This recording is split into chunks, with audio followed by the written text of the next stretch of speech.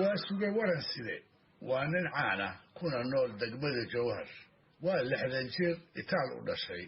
waxaa itaalka u dheer waa dadka ayan da'du ka muuqan waa culimo la jir aftahana wuxuuna ku soo barbaaray lo iyo beer kuwaasoo ay nolosha qoyskiisuba ku tiirsan tahay wuxuu degan yahay beelgelin socod u jirta magaalada jawhar gobolka shabeellaha dhexe ee uu ku nool yahayna aad ayaa looga yaqaan loogana tixgeliyaa waa suge wuxuu goostay inuu sadcaal gaaban xamar ku gaaro si uu u soo fushado umuuro yaryar oo la xidhiidha baahida qoyskiisa waa barqan la kala agaasimay ilmihii iyo xoolihii waayeelka reeruhu wuxuu isu diyaarinayaa hawl maalmeedkii beeraha waa suge maanta ayuu baxayaa wuxuu la dardaarmayaa oo iridka la taagan yahay afadiisii muslimo halka uu hooskiisa subax ku dhammaado waxaa ku cayaaraya da'goyskii muslimo oo 5 jir ah wiilka dhinaciisa bidixeed waxaa ku xiran weylo ay lo'i ka sooftay geertooda isdabajoogga ahna ay iska maqli la'yihiin waa suge iyo afadiisu muslimo waxay taagan tahay qaarka gudihiisa iyadoo cuskan yaambo ay beerta u soo qaadatay waxay si xiisale u dhagaysanaysaa waa suge oo kala ballamaya reerka iyaduna waxay markeeda duqa ku adkaynaysaa fariimo u gaara baahideeda mar hadduu magaalo tegayo duqii iyo afadiisii oo weli dardaarmaya ayaa waxaa u yimid rag jawhar ku socda oo ay waasuge ku ballansanaayeen inay isla jid maraan halkaas ayayna iska raaceen waxay socdaan kush taraaran keliyana ka tallaabaanba goor duhur dabayaaqadiisa ayay tageen magaalada jawhar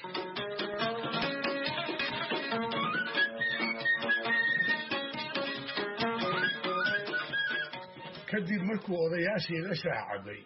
waasuga wuxuu si toosa u aaday suuqa baabuurta wuxuuse ku beegmay baabuurtii xamar oo goor hore baxday nasiib wanaag in doora markuu taagnaa waxaa gaalkacyo ka yimid baabuur xamar u socda dhowr qof ayaa halkaa uga degay si sahlan ayuuna waasuga kursi uga helay isla baabuurkaas uu waasuga soo raacay waxaa la socday nin isna caana oo la yidhaahdo warsama hawl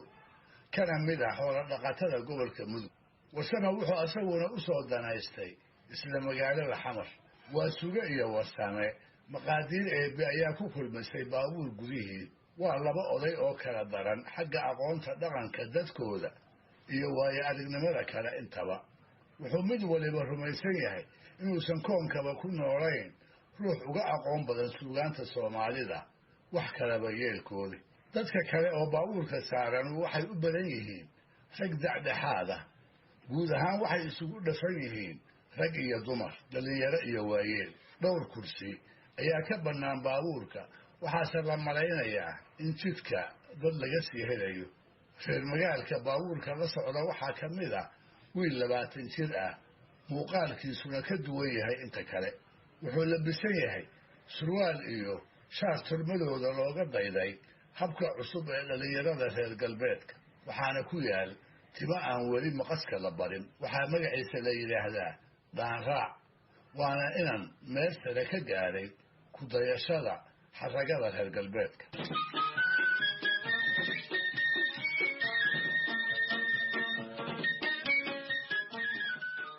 wakhtigu waa isgurayaa goor casar shooda lala galay ayuu baabuurku ka soo dhaqaaqay magaalada jawhar waa maalin ay hawadu aad u wanaagsan tahay shufeerka baabuurka wadaahu waa nin waayeelah waxaa caado u ah in mar kasta oo baabuurku dhaqaaqayo uu dadka saaran ku yidhaahdo faatixada akhriya dadka oo odayaal u badnaa daraaddeed maalintaas waxaa faatixada la akhristay intuusan shufeerku hadlin faatixadaas wadajirka loo akhristay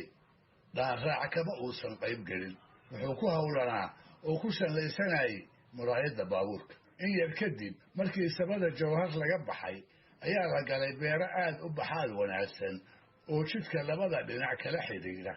waxaa lagu jiraa sanad barwaaqo ah oo bar iyo beerba ay mahadiyeen galley sisin iyo khayraad kale ayaa beeraha ka dhisaalan dadkii baabuurka saaraa badiidood dariishadaha ayay madaxa ka wada riteen ayagoo il iyo laab kulansan beeraha ku daawanaya waa suge oo fasalkaas beertiisu xumayd ayaa kuwaan aad ugu dhaygagay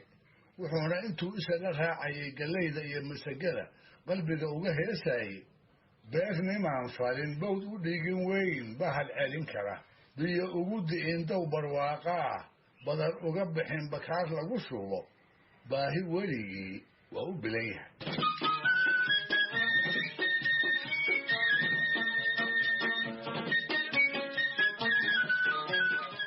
markii beerihii laga baxay oo cabbaar la socday ayuu shufeerkii qaboojiyey socodkii baabuurka si isdaba joog ahna hoonka u yeeshay taasina dadkii oo dhan ayay dhiilo ku abuurtay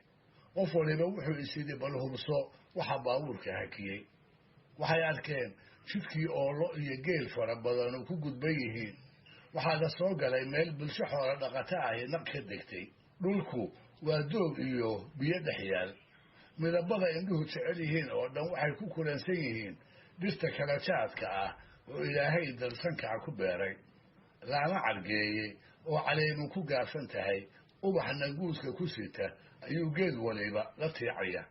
ragga iyo dumarka xoolaha la jooga oo caafimaad iyo farxad buuxda ka muuqdaan waxay isku maaweedanayaan legdan iyo cayaaro hidde qaarkoodna meelo kala fog ayay koox koox ugu sheekaysanayaan warsamo ayaa markuu arkay geelii oo isugu jira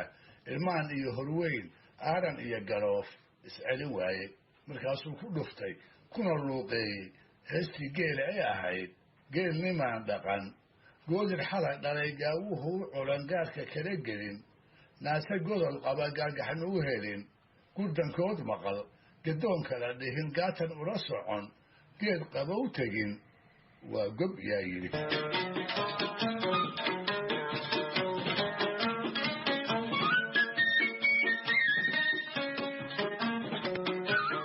markuu warsame heestii dhammeeyey ayaa dadkii baabuurka saaraa badidood ka codsadeen inuu ugu soo celiyo warsamo way la xumaatay inuu isla heestii ku soo celiyo mar labaad maxaa yeelay waa nin korka ka haya suugaan fara badan isla markiiba wuxuu dadkii u dooray baydad ka mid ah gabaygii cumar isteeliye ee ahaa meeshii awow iyo awow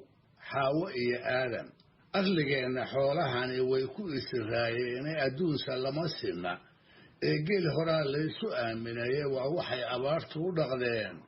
odayadeeniiye haddii oofaweynow ratiga ayra lagu qooqsho amin khayrka galabtii hadduu aaran soo diriyo usha kol iyo 2 jeer haddaad yaro ogeysiiso umalkii uu qabay doob hadduu awda kaga siiyo indhalaliska miciduu sidii aar u rabinayo kolna waxaan adduunkala lahayn aabi socodkaas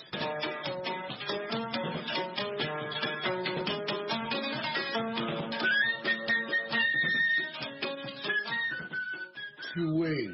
ayuu dadkii gabaygaas ugu riyaaqay qaarkoodna waxayba wadajir ugu luuqeeyeen beydka ugu dambeeya ee ah kolna waxaan adduunkala lahayn aabi socodkaas dhegaystayaal barnaamijkii dhaqanka iyo hidduhu maanta halkaa haynoo joogo waa inoo toddobaadka soo socda iyo qayb labaad oo ku saabsan sheekadii waa suge iyo warsame sodcaalkii 30 maalmood